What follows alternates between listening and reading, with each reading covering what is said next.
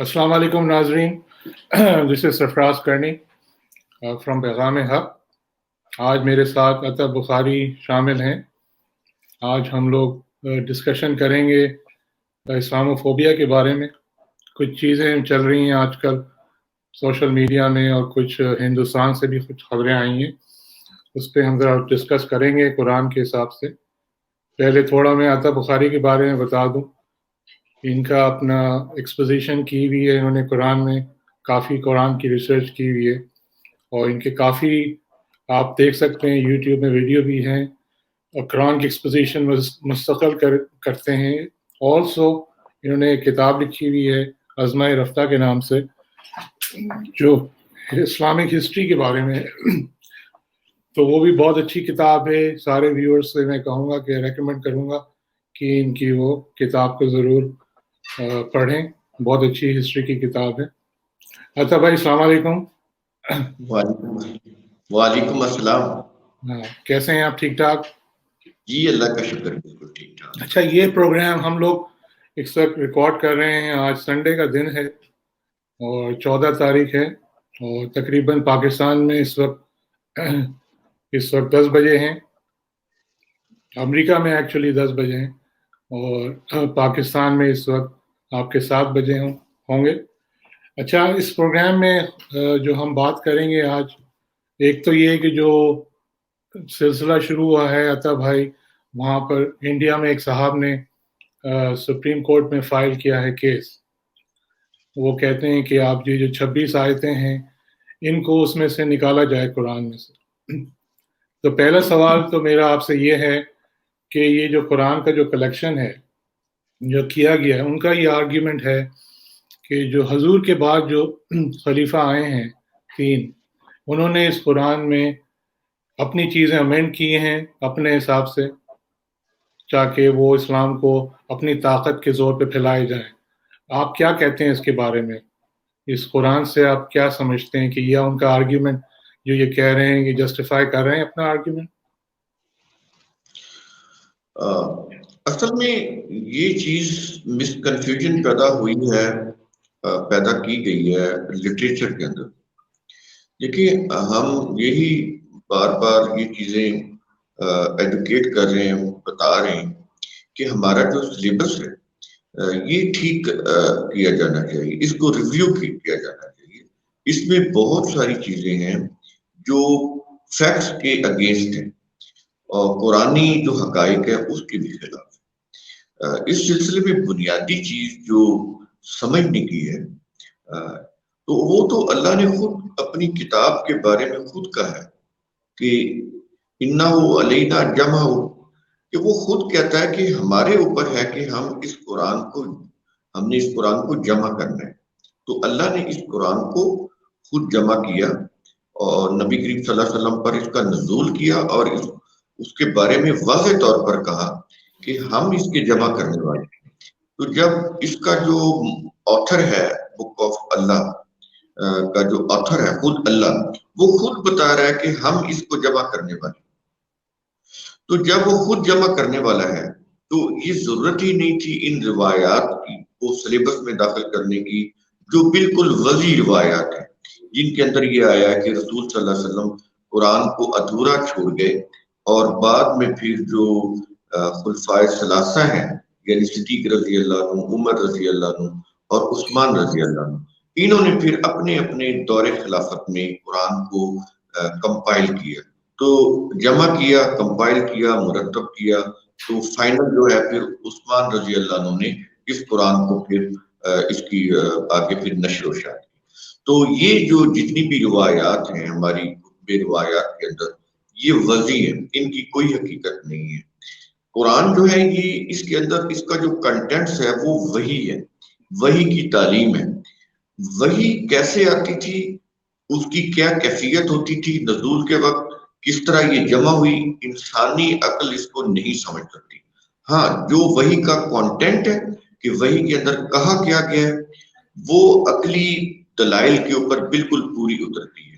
اس کو آپ کسی اسٹیٹ کی سطح کے اوپر اس کے قوانین کو نافذ کرتے ہیں تو وہ معاشرہ جو ہے وہ ترقی یافتہ معاشرہ بن جاتا ہے.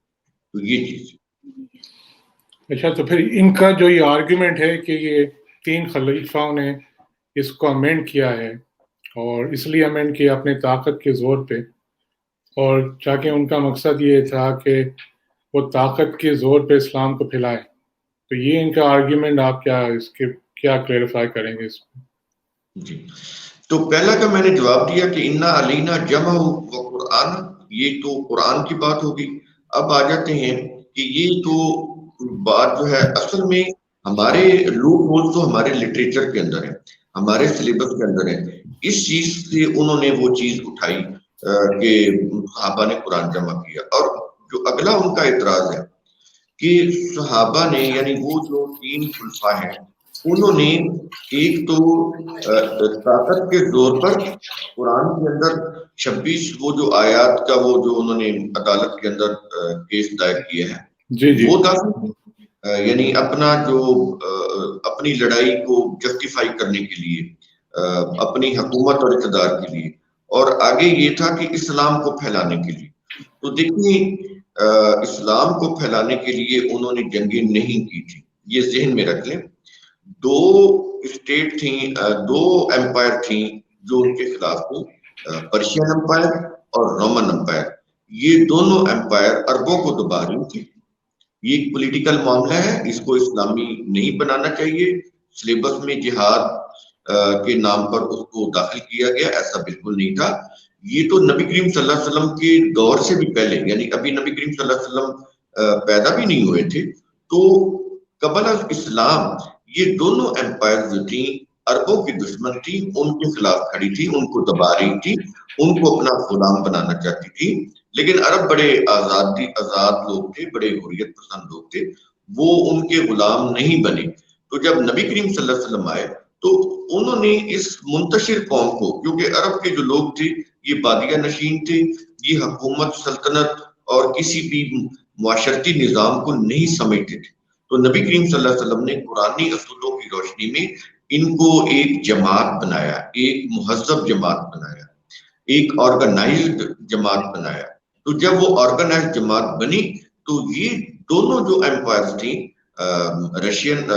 پرشین امپائر اور رومن بازنٹین امپائر، یہ دونوں پھر ان کے خلاف جو ہیں وہ کمر بستہ ہو گئی۔ تو ان کی جو ایگریشن تھی اس کے جواب میں صدیق رضی اللہ عنہ نے، عمر رضی اللہ عنہ نے، عثمان رضی اللہ عنہ نے، اور آگے پھر معاویہ رضی اللہ عنہ کے دور کے اندر یہ پھر جنگیں ہوئی، یہ ان کی ایگریشن کے جواب میں تھی، یہ اسلام کو پھیلانے کے لیے جنگیں نہیں تھی۔ یہ بہت بڑا مغالطہ ڈالا گیا ہمارے لٹریچر کے اندر، اور یہی وجہ ہے کہ آج بھی جو بھی لوگ اسلام کو دشمنی رکھتے ہیں ان کے لیے یہ روایات جو ہیں ہتھیار کا کام دے رہی ہیں۔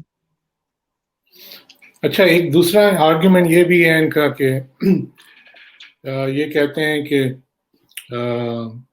قرآن میں کچھ آیتیں ہیں ایسی جو کیا کہتے ہیں، اس میں بات یہ ہوئی ہے کہ بھئی آپ قتل کر دیں، بلا وجہ کسی کو مار دیں، کلنگ جو کانسیپٹ ہے، وہ کہتے ہیں کہ بھئی ہر جگہ وہ آیا ہوا ہے۔ کچھ لوگ آرگیو کرتے ہیں گو ہیڈ اینڈ کل پیپل، آپ جہاد کریں اور لوگوں کو ماریں۔ قرآن کی جو کچھ آیتیں ہیں ان کو انہوں نے اس طرح پورٹرے کیا ہے کہ اس میں تو صاف لکھا ہوا ہے، صاف مارنے کا حکم ہے، آپ مارتے چلے جائیں۔ تو اس میں کچھ آپ الیبوریٹ کریں گے؟ قرآن میں جو آیتیں ہیں کیا ایکچولی مطلب کیا ہے ان میں؟ جو قرآن کی سورت کچھ آیتوں میں وہ سمجھتے ہیں کہ یہی مطلب، غلط مطلب سمجھتے ہیں۔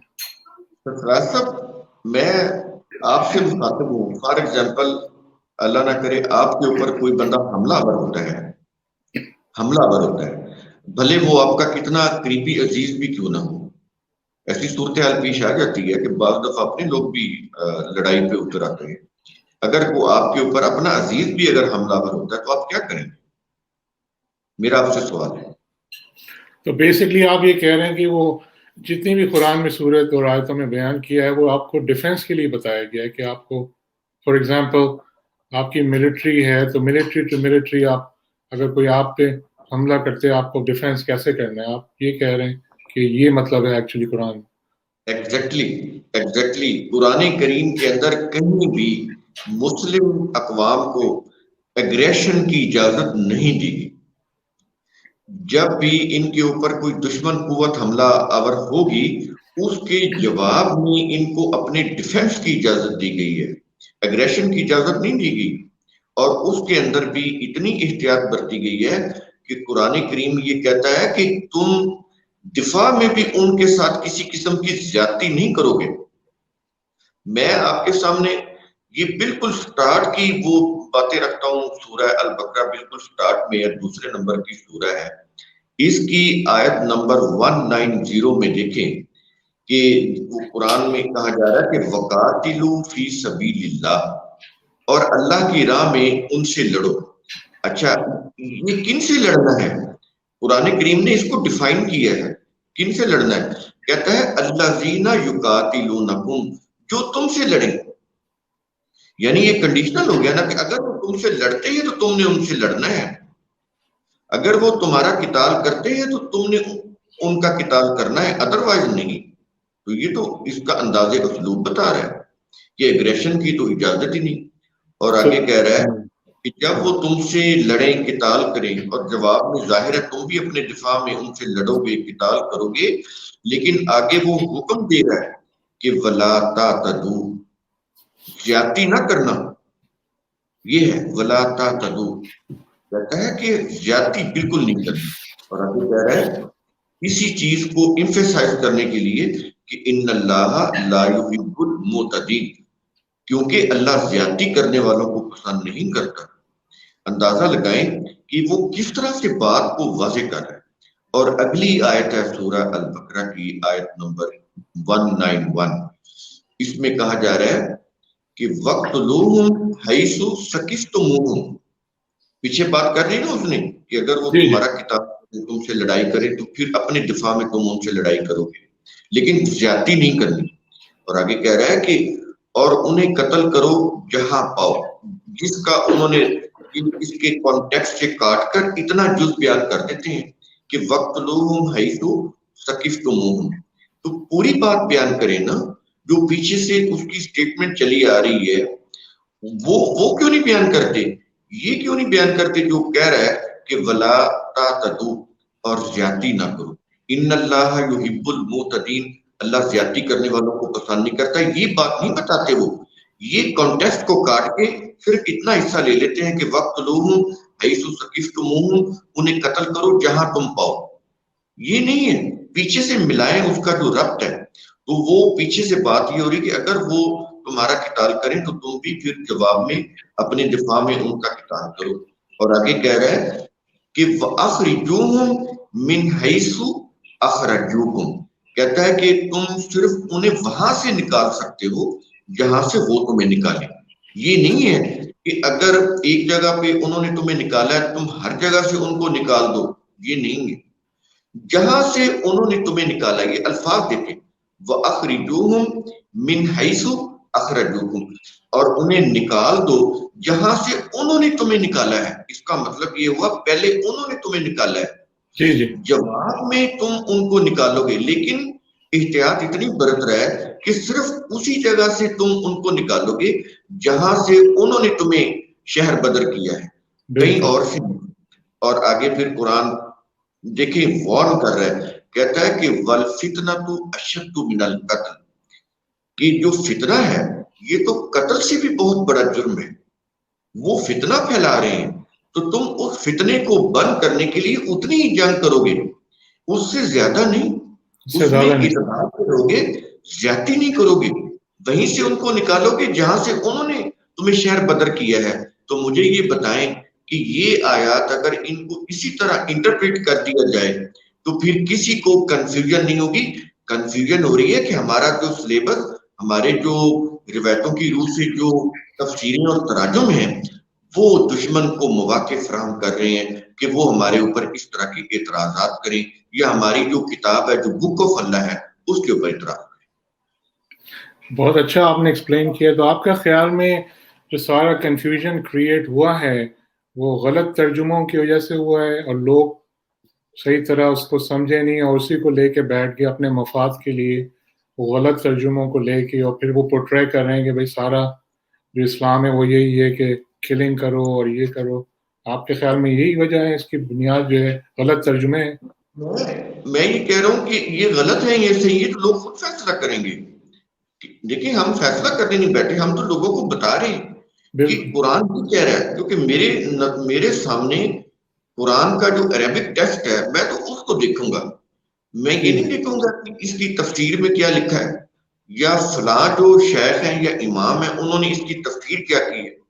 میں تو عربی لغت کی روح سے اس کی تفسیر کو دیکھوں گا، اس کے لٹریری میننگ جو عربی کے اندر ہے اس کی روح سے میں دیکھوں گا کہ ان الفاظ کے میننگ کیا ہے. یہ لوگوں کے سامنے رکھتے ہیں، لوگ خود فیصلہ کر لیں گے کہ یہ جو تفسیر اور تراجم اور شان نزول ہے یہ صحیح ہے یا غلط. اس کا فیصلہ لوگ خود کر سکتے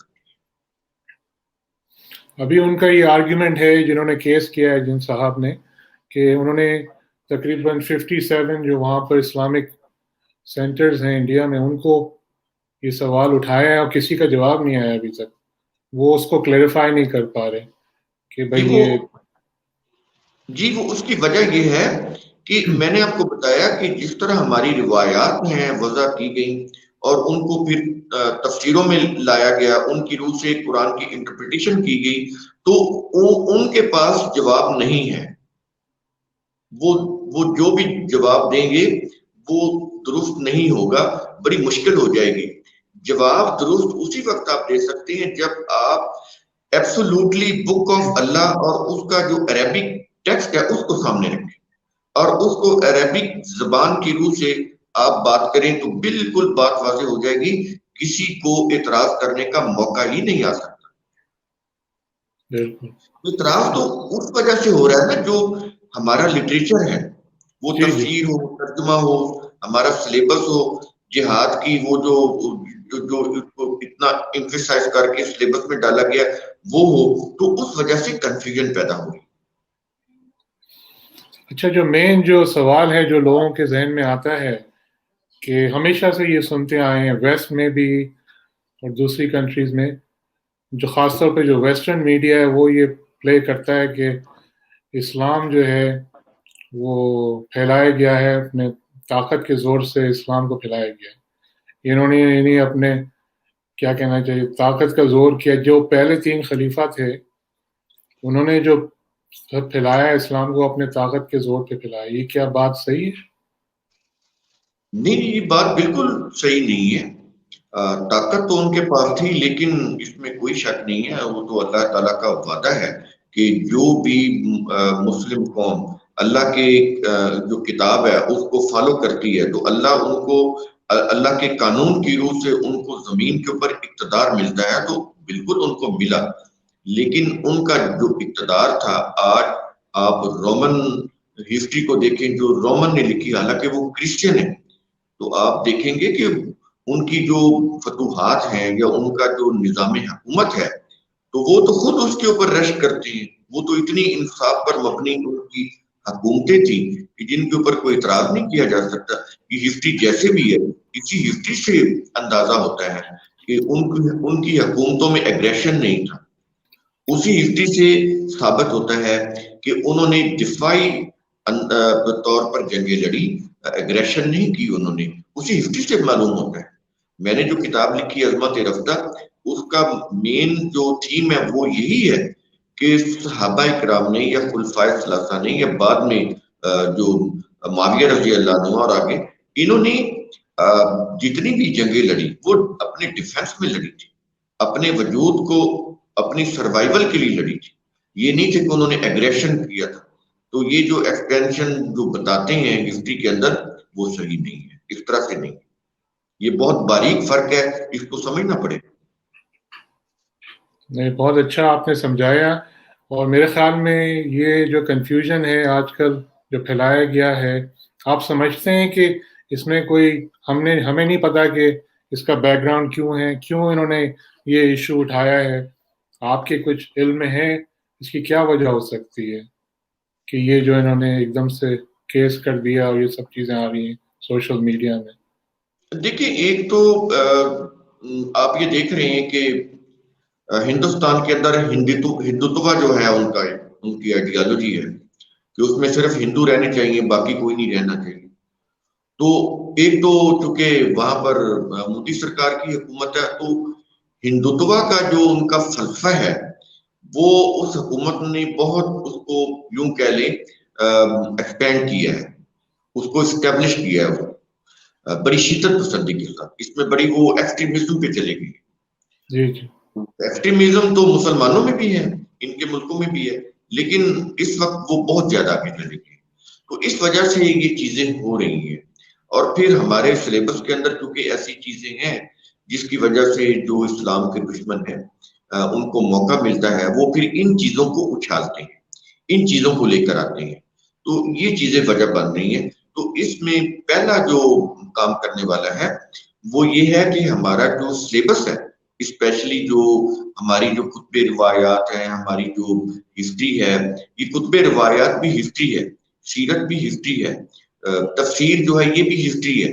تو یہ ضروری ہو گیا ہے کہ ہمارا جو سلیبس ہے اسلامک اس کو ریویو کیا جائے.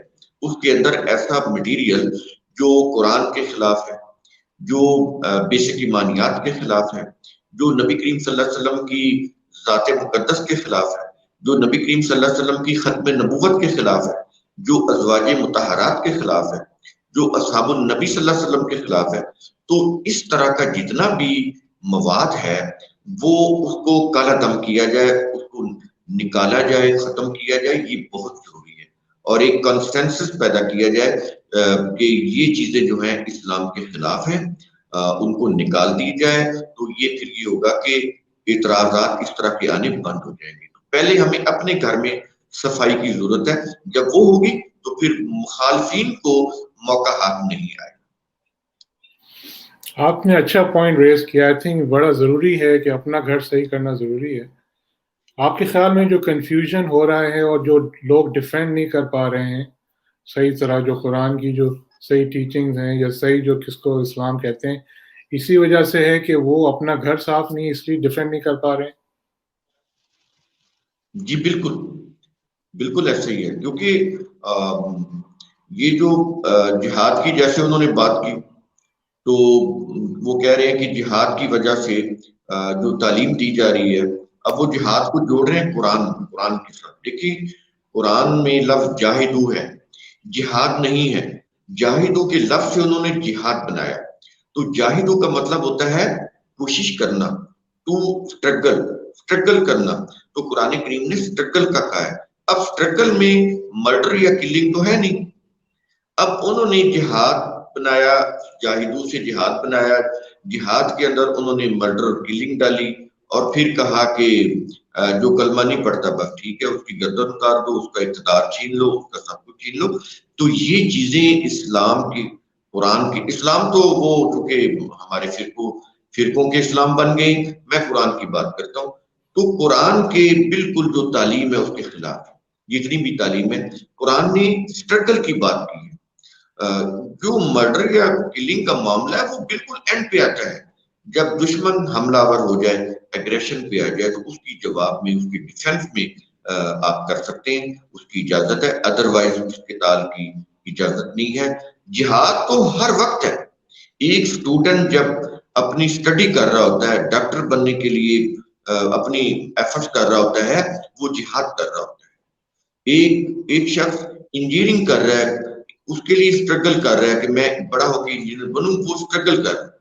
ایک شخص معاشرے کی فلاح و بہبود کے لیے کام کر رہا ہے کہ لوگوں کو جو محتاج ہیں ان کی مدد کی جائے، جو بھوکے ہیں ان کے کھانے کا بندوبست کیا جائے، جو روزگار جن کے پاس نہیں ہے ان کے لیے باعزت روزگار کا بندوبست کیا جائے. یہ جہاد ہے. اگر جہاد کا لفظ استعمال کرنا ہی ہے تو آپ اس معنوں میں استعمال کریں. قتال کے لیے جہاد کا لفظ استعمال نہیں کرنا چاہیے. قرآن نے قتال کا لفظ بالکل علیحدہ بیان کیا ہے اور وہاں پر بیان کیا ہے جہاں دشمن ایگریشن کر کے آپ کے سر کے اوپر آ جائے تو آپ کے لیے پھر ڈیفنس کے علاوہ کوئی چارہ کار نہ ہو. وہاں پر قتال کا لفظ آئے گا. پہلے وہ کریں گے پھر مسلم قتال کریں گے اس کے جواب میں. یہ چیزیں سمجھنا بہت ضروری ہے. یہی وجہ ہے کہ آپ یہ دیکھیں کہ سورہ محمد کی جو آیت ہے، 4 نمبر کی آیت ہے، وہ کہتا ہے کہ جب مقابلہ ہو تو پھر تم نے پیچھا نہیں ہٹنا، پھر مقابلہ کرنا ہے. کیونکہ دشمن سے تم اگر وہ بزدلی دکھاؤ گے دشمن کے سامنے، میدان جنگ چھوڑ کر بھاگو گے تو پھر تمہارا نقصان بہت ہو جائے گا، تمہاری املاک تباہ کر دیں گے، تمہاری عورتوں کے ساتھ بے حرمتی ہوگی۔ تو اس وجہ سے کہہ رہا ہے کہ جب مقابلہ ہو تو پھر مقابلہ ڈٹ کر کرنا ہے، تو پھر کمر نہیں دکھانی، لیکن جب تم غالب آ جاؤ تو دیکھیے پیچھے اس نے سورہ البقرہ میں کیا کہا تھا، زیادتی نہیں کرنی، اور یہاں پر وہ کہتا ہے کہ جب تم غالب آ جاؤ تو پھر کیا کرو کہ وہ جو جنگی لوگ ہیں، جو واریر ہیں، جنگجو ہیں، ملیٹنٹ جو لوگ ہیں، ان کو باندھنا ہے، ان کی سیولین کو نہیں، ان کو باندھ لینا ہے۔ اس کے لیے قرآن نے کہا ہے کہ ان کو باندھ لینا ہے، اور باندھنے کے بعد یہ نہیں کہ ان کو قتل کر دینا ہے۔ میں آپ کو قرآن کے الفاظ سناتا ہوں، آپ حیران ہو جائیں گے۔ وہ یہ کہتا ہے کہ جب ان کو تم باندھ لو تو کہتا ہے کہ فَإِمَّا مَنَّمْ فَإِمَّا مَنَّمْ، یہ دیکھیں اتنے خوبصورت الفاظ ہیں کہ ان کو جب باندھ لینا ہے، تم ان کے اوپر غالب آ گئے، ان کو تم نے باندھ لیا، تو پھر کیا ہے کہ فَإِمَّا مَنَّمْ، کہ ان کے اوپر احسان کرو، ان سے زیادتی نہیں کرنی۔ اور آگے کہتا ہے فدا، یا فدیے کے طور پر ان کو چھوڑ دو۔ اگر کوئی معاوضہ لے کر چھوڑنا ہے، کوئی ایسے حالات ہیں تو ان سے معاوضہ لے لو۔ اگر تمہارے کوئی جنگی قیدی ان کے ہاں پکڑے ہوئے ہیں تو ان کو تم چھڑا لو۔ تو قرآن کریم یہاں پر دو آپشن دے رہا ہے، ایک معاوضہ دے کر چھڑانے کا یا اپنے قیدی واپس لینے کا اگر ہے تو، اور کہتا ہے کہ پہلی بات وہ منم کی کر رہا ہے، منن یعنی احساناً ان کو چھوڑ دو، یعنی پکڑے ہوئے قیدی واریر۔ اور آگے پھر کہتا ہے کہ جب تم ان کو چھوڑ دو گے تو پھر نتیجہ کیا ہوگا، یہ الفاظ دوبارہ سن لیں، فَإِمَّا مَنَّن بَعْدُ، کہتا ہے ان کو احسان کر کے ان کو چھوڑ دو۔ تو آگے کہتا ہے کہ اگر ایسا نہیں ہے، کوئی اور حالات ہیں، تو کہتا ہے وَإِمَّا فِدَاءً، یا پھر فدیہ لے کر یا معاوضہ لے لو اور ان کو چھوڑ دو، رہا کر دو۔ تو کہتا ہے جب ایسا کرو گے حتیٰ تَضَعَ الْحَرْبُ أَوْزَارَهَا، تو پھر جنگ جو ہے وہ اپنے ہتھیار خود رکھ دے گی۔ یہ اثر ہوگا تمہارے اس انصاف کا، عدل کا، اس احسان کا، اس حسن سلوک کا، یہ اثر ہوگا کہ جنگ بند ہو جائے گی، جنگ اپنے ہتھیار رکھ دے گی، خود جنگ۔